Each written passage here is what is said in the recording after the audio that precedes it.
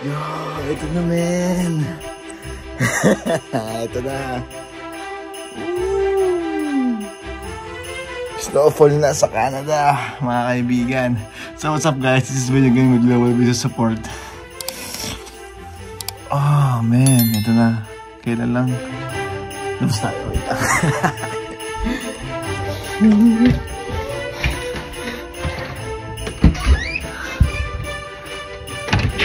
Wow. Ito na guys.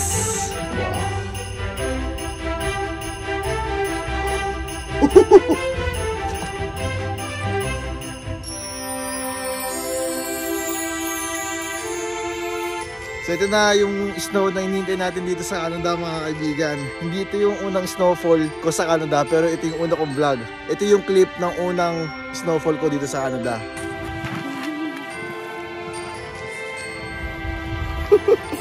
Ay, tara, pasok, malamig. Nung nakaraan lang yan guys, mga 3 days ago. Paputol-putol kasi siya, minsan wala, minsan meron. Pero ngayon meron na ulit, kaya pablog natin.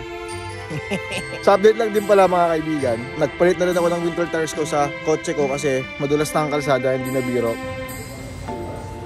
So what's up guys, today dito tayo ngayon sa Canadian store para bumili ng winter tires.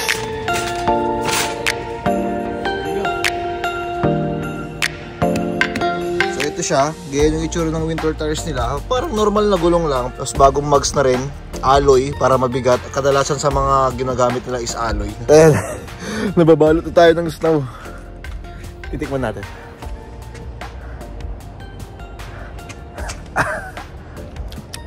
Nalasa. Buti hindi pa ganun kalamig. 2 degrees lang pero nag-i-snow. Noong nakaraan kasi -4 tapos nag-i-snow. Ngayon 2 degrees lang. Sige. Okay na yun.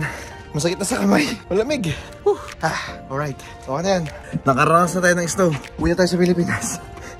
So that's it for today guys. Maraming salamat sa panonood. Keep in tune lang sa mga upload namin dito sa Global Business Support. Next time yung mga winter activities naman ang gagawin natin. Hindi ko pa alam. I-explore ko pa lang kung ano yung mga gagawin. Skating, mga gano'n. Hindi rin ako marunong mag-skate. So, figure out natin kung paano mangyayari. Ayun. Saya.